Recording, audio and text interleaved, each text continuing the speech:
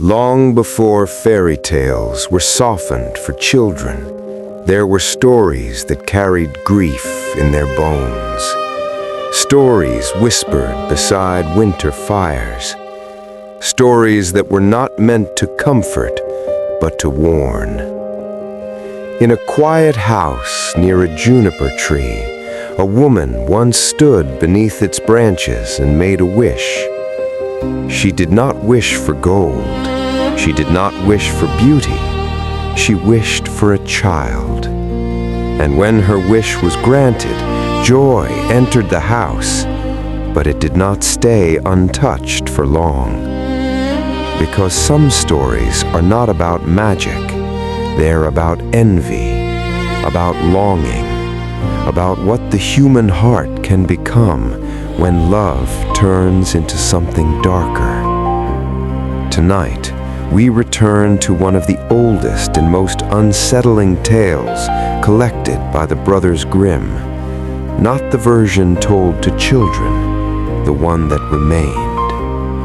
This is the story of the Juniper Tree. The woman who wished for a child did not live long enough to see him grow. On a winter's day, beneath the juniper tree, she cut an apple for herself. The blade slipped. A drop of blood fell into the snow. She looked at it, red against white, and something inside her knew. Not long after, she gave birth to a son as pale as winter light and as gentle as falling snow. But the joy she had prayed for came at a cost. Her strength faded, her breath grew thin, and before the seasons could turn again, she was gone. They buried her beneath the juniper tree.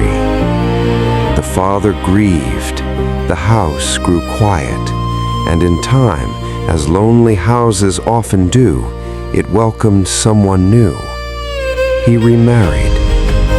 The new wife brought with her a daughter, bright-eyed and quick, and at first she smiled kindly to the boy.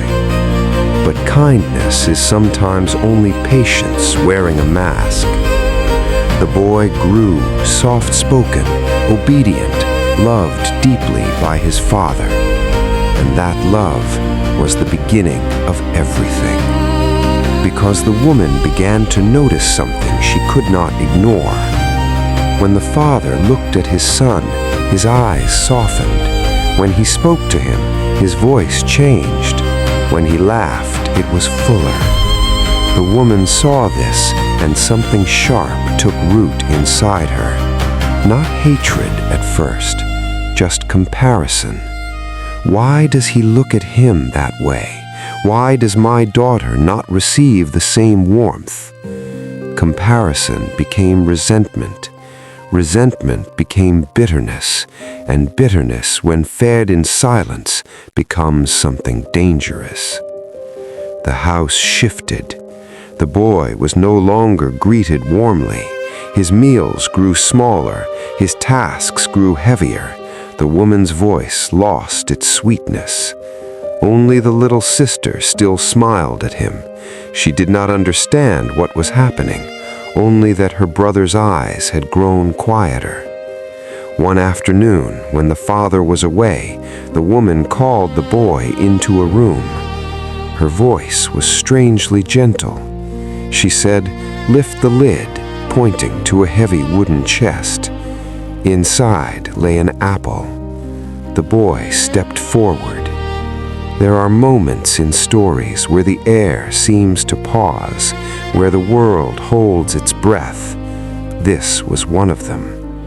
He bent down, and in a single swift movement, the lid fell. The house became silent, too silent. The woman stood frozen. What she had allowed inside her heart had finally acted. But horror does not undo itself, and guilt does not reverse time. She looked down at what had happened and felt something she had not expected. Not triumph, not relief, only fear. fear of consequence, fear of discovery, fear of what she had become. So she did something even darker. She decided to hide it. The woman stood alone in that quiet room, her heart pounding louder than her thoughts. She looked at the stillness before her and realized something terrifying. Envy had not shouted when it entered her heart. It had whispered, and now it had taken something she could never return. Fear moved her hands. She placed the lid back gently, too gently, as if care could undo what had happened. She called her daughter into the room. "Your brother has taken something that was not his," she said carefully. "He is resting now. Do not disturb him." The little girl did not understand, but she obeyed. That evening, when the father returned, the house felt wrong. He asked for his son. The woman lowered her eyes. "He ran outside," she said, "perhaps to the fields." The father waited. Dusk deepened. The boy did not return. Grief began its second visit to that house. Meanwhile, the little sister sat alone, troubled by something she could not name. She remembered the room, the apple, the silence. Children sense what adults try to bury. When she returned quietly to the wooden chest, she saw enough to understand that something was terribly broken. Her tears fell not in panic, but in sorrow. She gathered what remained of her brother with trembling hands, wrapped them in a white cloth, and carried them outside, not to hide, but to return. She walked to the juniper tree, the place where their mother slept beneath the earth, and laid him there. "Mother," she whispered, "I do not know how to fix this." The wind stirred the branches above her. The juniper tree had stood through seasons of joy and loss, through first wishes and final breaths. Now it stood witness again.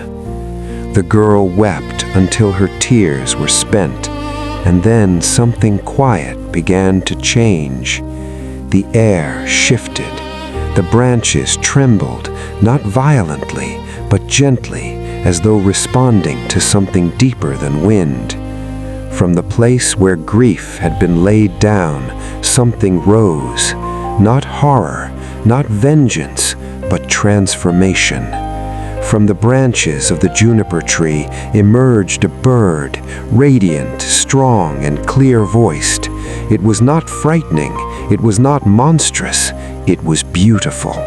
And when it sang, its song carried truth. It flew first to the father. Perched upon his roof, it sang of loss, of sorrow, of a child who had vanished into silence. The father felt tears he could not explain. Then it flew further, beyond that house, beyond the weight that had crushed it.